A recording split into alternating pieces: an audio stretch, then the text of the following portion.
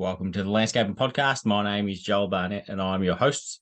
And today's episode is the 40th of the Instagram Live Q&As that we've done. And this week's guest coming out is Nick Rickard from Share Garden Design. Nick's a pretty cool cat to chat to. He's got a passion for music as well. So it was fascinating hearing how he compares composing a piece of music to composing a landscape design. So he spoke about that in the podcast that he does with Liam Daly as well. But we talk about that in the podcast. But it was a good chat with Nick. But the first question is from Cascade Landscapes. And he said, what's your favourite day on a project? For example, turf day, concrete day, or handover day? There'd definitely be the planting day because that's when the projects really come to life, literally. But they also just start to look a lot better. So it adds a lot of colour, particularly when you're using good quality, good sized plants. We just did a job, we're in the process of it at the moment, planting it out, but we had a feature tree that we got, and it was just, it probably would have been 3.5 meters tall, almost probably 2.5 wide. It was a crepe myrtle. It had the perfect vase shape about it. It was a cracker, and I just couldn't stop looking at it. So the plants are a pretty good day.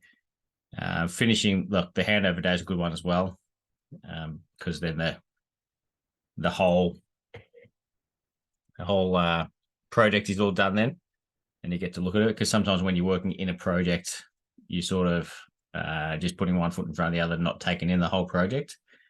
But it's good to actually stand back and look at what you've done every now and then. Dan Foreman has said, what's plants? Because I think that might be a reference to his work on the block, where he was alleged to have not even ordered plants. But I have a question later on about that. We'll go to it next. That was an anonymous question saying, would you go on the block again? And I've said no the last 3 years that there's been various requests to go on there. We were close 2 years ago, but I ended up saying no. And now, like I said, it was already no anyway, but it'd be a definite no now, because the way that you can be perceived just by the editing and the type of guests that they're not guests, they're contestants that you get given on there. So if you get, we got really lucky the 2 years we did it. We had Luca, Jasmine, and Jesse and Mel, and they were just insane workers, huge work ethic. Like when we first worked with Jesse, I'd never come across anyone who worked harder than me, but he was an absolute machine. Because he was a tiler before, and now he's doing real estate, which is a pretty wild move. But yeah, the way Dan is being made to look this year is insane. So, and we could have been made to look foolish in one of the years we were on, but they didn't put that bit to air for some reason. So, yeah, you're just putting your reputation in the hands of other people. If I had an unlimited amount of money, I would do it, because I love the physicality of working like a maniac and working long hours. I enjoy that part of it. But in terms of the political side of it, it's not really political, but it's a TV show made for ratings. It's nothing to do with construction or landscaping. It's just entertainment. So you need to be aware of that before you head into it. And you go on, like you're not paying to be on TV. Like people think, oh yeah, I'll go on there because you can get great. People pay money to go on TV for advertising, but you're not paying, so your reputation is in other people's hands, which is fair enough. So, no, wouldn't do that. Next question is from Rich Earth Landscapes, saying, any luck finding that new apprentice? He's got a couple of questions, but that was the first one.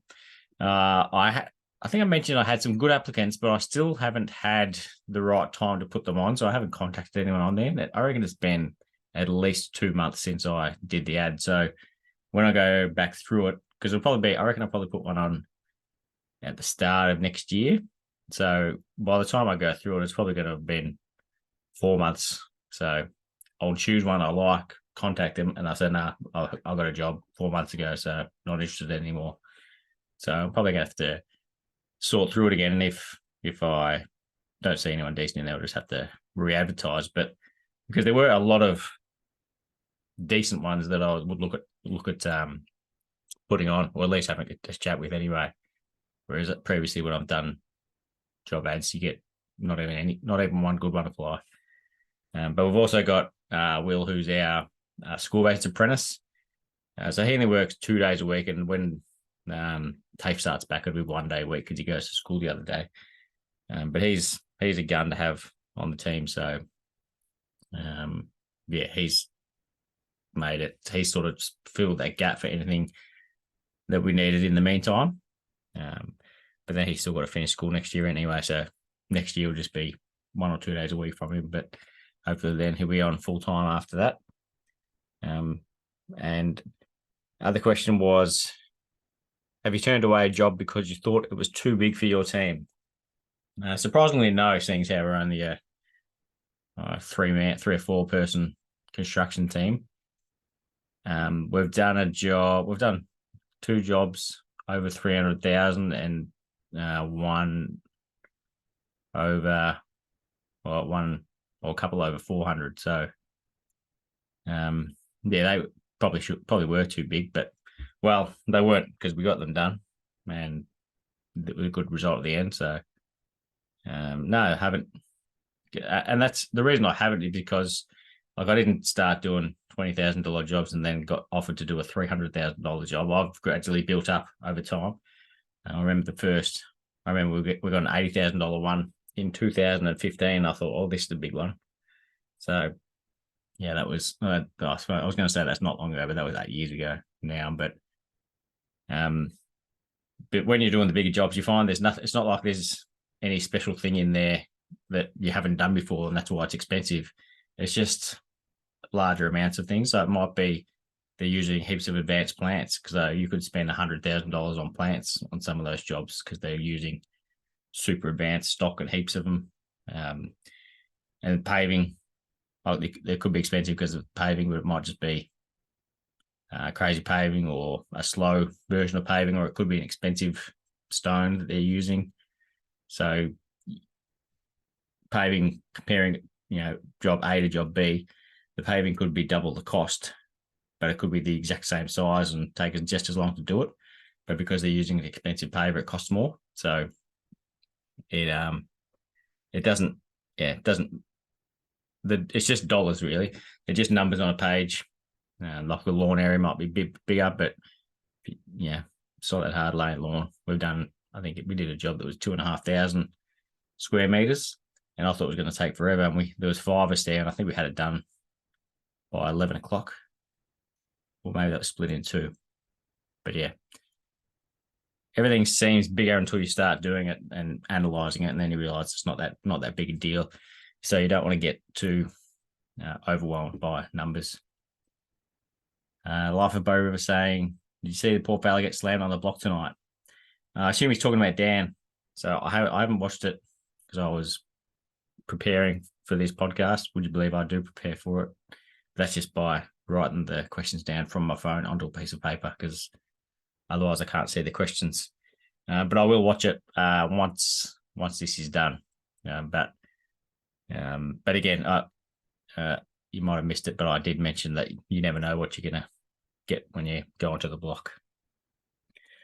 Tom Lynch said, how do you go about learning more skills like bricklaying, carpentry, and rendering, but not going into those trades full time? It's almost like I could have planted this question, but I didn't. But I will be doing, I haven't done any ads on the podcast yet, but there will be ads coming out possibly the end of this year, definitely next year. And that will be just me advertising my own course that I'm going to be doing.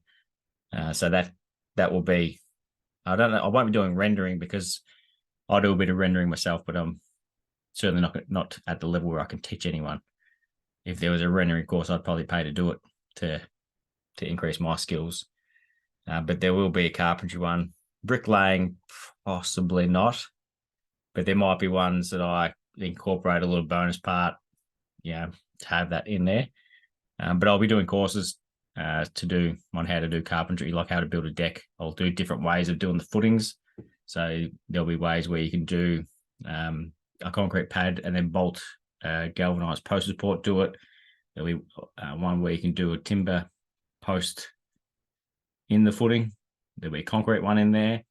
There'll be those deck feet that we've used. So that I'm going to show all the different ways you can do things so that when someone who's done the course is coming on a project, they realize that there's more than one way to do it. So, and then they can choose which way they'd like to do. So there will be different, heaps of different courses. There'll be, I'd guess, at least maybe 10 at a guess. So that was why I asked a question a few weeks ago about what people would want to do, and I ended up getting 50 responses to it. So there's a lot of people wanting to learn more, but there's not places that you can learn it. So that's the reason behind me doing that course. And I'm pretty close to starting filming too, which I'm looking forward to. So I'll be, I was hoping to get something out before Christmas, but that won't happen. But I reckon I'll be doing a fair bit of filming over the Christmas break. So I'll have to get organised to get the materials for that, because that's not a good time to be getting materials. But other than the courses I'm putting out, I'm not sure how you go about learning those skills other than making it up as you go, which is not ideal. Or if you've got a yard somewhere, you could practice out there, or YouTube. Like everything I'm going to be teaching is, you could probably search for it on the internet and find it somewhere. But this would be more specific to the way we do things in Australia, and then you'll be able to get feedback and communicate with me on it as well. TG Gardenscape said, workplace health and safety. How do you document work health safety on site? Any apps you could recommend? The way we do it is very old school, so I don't have experience with an app that I can recommend, but the only ones I've heard of, I think it was called SiteSafe or Site App or Site something anyway. I've heard someone saying that was a good one, but I can't remember who it was. But it's very old school the way I do things, so that's not a strong recommendation for me, unfortunately. Fig Landscapes said, what's the biggest lesson you've learned from all of your years in business? Another cracker question. I reckon it would have to be the biggest lesson is to just have patience and realize that you don't need to rush a lot of things. That's an easy thing to say when you've been landscaping for 19 years like I have. That's a lot. I wouldn't have said it 5 years ago, or not 5 years ago, but 5 years in. But it's, again, like I bang on about communication and the importance of that about a lot of things. Patience is another key trait to have. I remember when I was playing cricket, I used to have a capital P written on the bottom of my cricket bat, which stood for patience, because when you're sort of taking guard and you're sort of looking down when you're hitting your bat on the ground before each ball. So I wanted to remind myself to have patience during that as well. Because I remember getting out early and then you're sitting in the sheds watching everyone else bat for hours, and you realize I could have, you don't need to rush to score all these runs and achieve all these goals. You can just wait for the right time to do it. So yeah, that would be the best thing for that. And then again, that's why I'd like to get this course I just spoke about out before Christmas, but I plan on having it released and available for people for many years. So it's like clients thinking the end of the world is going to happen at Christmas, but it turns out it actually does the next year does come around. And so just do things properly and get them done when you can get them done. And realize that the sun comes up another day. So don't rush into too many things. So that will be the biggest lesson I've learned, is having patience. And the same goes when clients are trying to put pressure on you to finish the job by a particular time. You sort of need to tell them to have patience, as life goes on. There's more important things than getting your landscaping project finished. Creative Living Projects said, do you back cost your jobs before and after and work towards a profit margin percentage? I don't have an exact profit margin percentage that I work towards, but I sort of mark up certain elements of landscaping differently. So it's not an exact number, it's just what I think. So that's something I'm going to work on. But most of the time I do back cost the project. So like if by back cost you mean keep track of it, keep job tracking. So keep track of the costs of doing the project and all the materials and the labor, and then work out how close it was to the quoted project, a quoted amount. Sorry, there have been times where I do stop doing that because I know that I'm going to start losing money, so I don't want to know how much I'm going to lose. Done that far too often, but yeah, as long as you learn from it, you don't need to know exactly how much you lost because you'll be able to work it out. Like, yeah, it doesn't make a difference whether you know how much it is or not. If you know, you just need to know that you need to allow more for it next time. But yeah, that's something again, same with that. I'm old school with that. I just use a spreadsheet, which I hand fill out to get and keep track of everything as we go.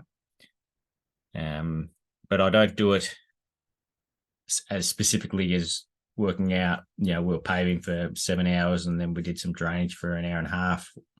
Like, it's all just project based. So it says we're on a project for 8.5 hours on this project. It doesn't say what we're doing in between. So if you're wanting to really knuckle down on it and get real specific with it, you can do that. But yeah, it's not a bad idea to do, but yeah, keep doing the job tracking at all is better than not doing it at all. So start doing it with that, and then you can start going a bit deeper into it. Next question is from TA Turf Guru. When are you getting the running shoes on and having a go with the Crazy Running Man?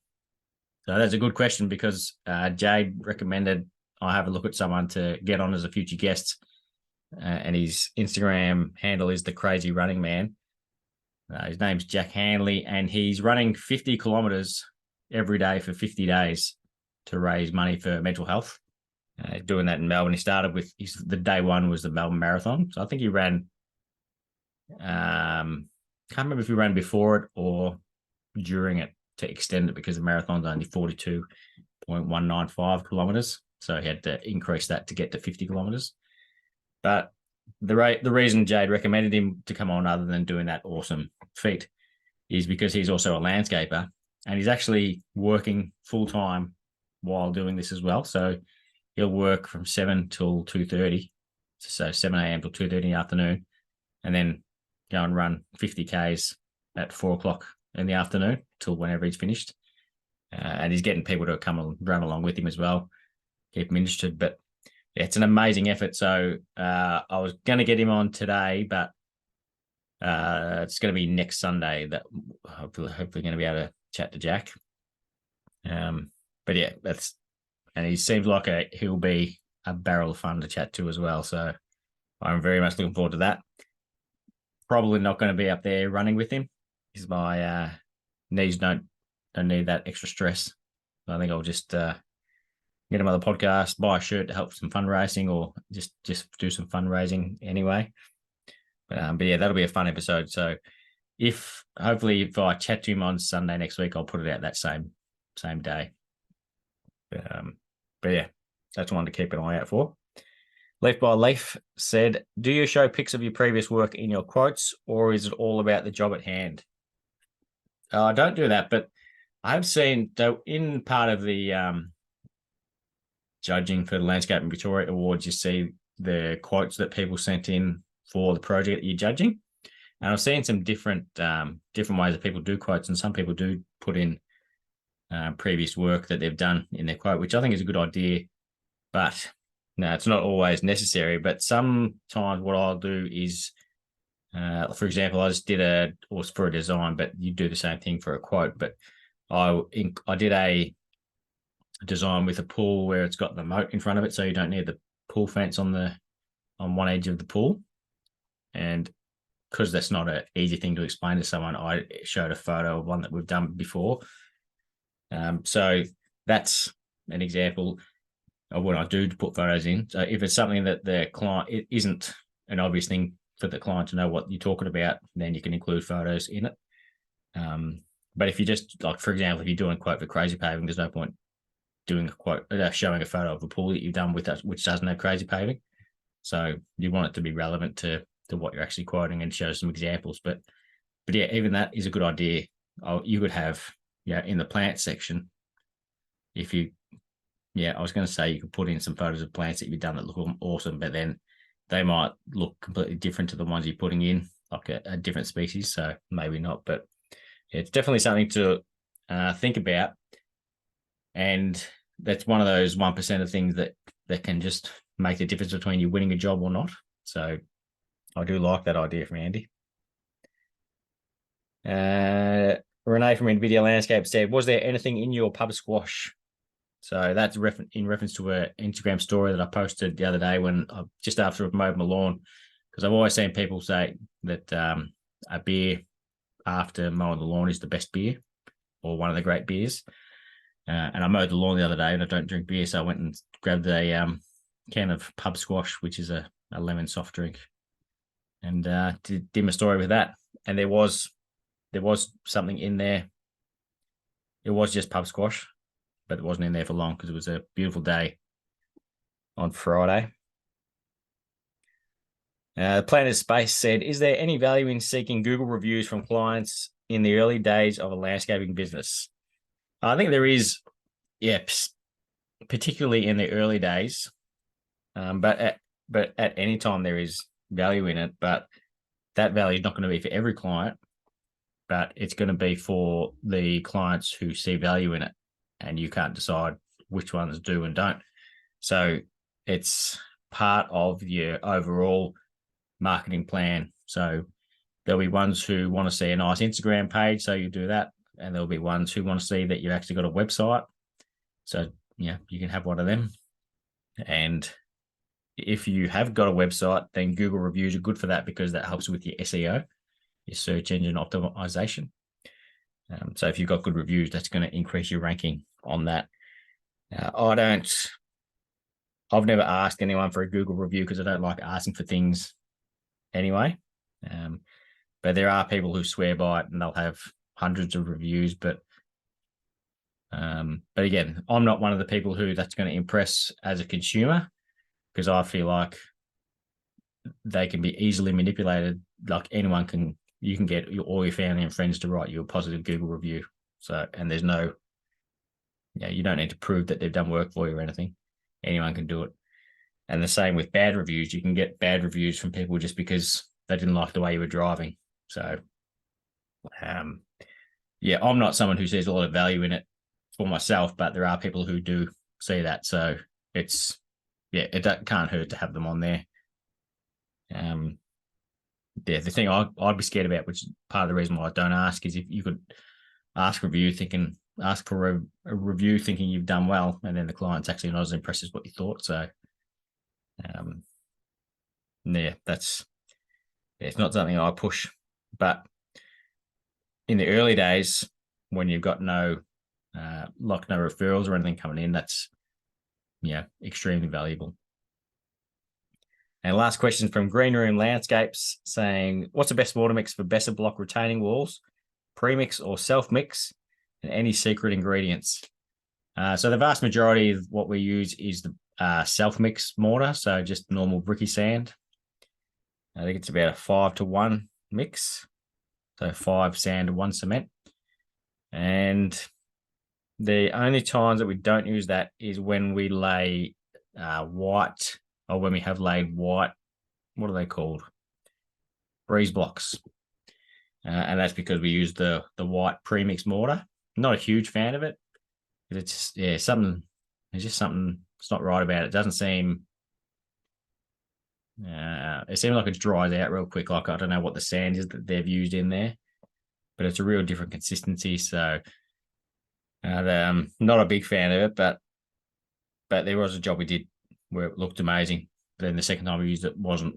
But that could have been because the bags had been sitting around too long, perhaps. So we use that. I think Adbury might do it. That's where we got it from anyway, from Adbury Masonry. But I don't have any secret ingredients. We don't use lime in our mixes. It's all just purely sand and cement. And don't use any plasticizer. That's it. And I've never had any issues with it. But we don't. But like our Besser block walls, they'll either be getting rendered or clad in stone, or they'll be getting covered some way. So there's no. We don't measure out the mixes of the mortar so that they're exactly the same. Which you would want to do that if you're doing a finished brick wall that you see. But yeah, that was the last question for today. At 13 of them. So thank you very much for everyone who submitted one of them. And as I mentioned at the start, we've got Nick Ricard from Share Garden Design out this week. And we'll see you all next week.